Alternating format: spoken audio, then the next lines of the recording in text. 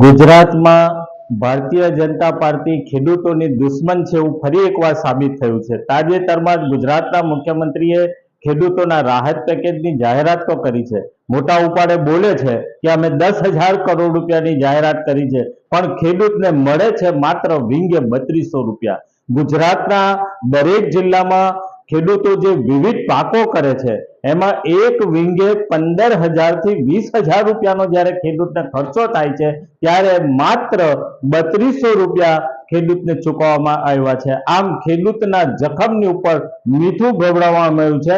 આ પેકેજ એ ખેડૂતો માટે ભારતીય જનતા પાર્ટીની ક્રૂર મજાક છે। આ પંજાબમાં આમ આદમી પાર્ટીની સરકારે માત્ર એક મહિનામાં ખેડૂતોને 50,000 રૂપિયા હેક્ટરે અને તે પણ કોઈ પણ સમય કોઈ પણ એના લિમિટ વિના ચૂકવવામાં આવ્યા છે। ત્યારે ગુજરાતમાં આમ આદમી પાર્ટી ખેડૂતોના દેવા નાબૂદીની માગણી કરે છે, જ્યારે વિવિધ કંપનીઓના દેવા માફ થાય છે, અદાણીનું માફ થાય છે, જય શાહની કંપનીને રાઇટ ઓફ એના દેવાને રાઇટ ઓફ કરવામાં આવે છે, તો ખેડૂતોનું દેવું કેમ સરકાર માફ ના કરે? આ મુદ્દા ઉપર ગુજરાતના ગામે ગામ આમ આદમી પાર્ટી પહોંચશે અને ખેડૂતોનું દેવું માફ કરવા માટેનું આંદોલન શરૂ કરશે।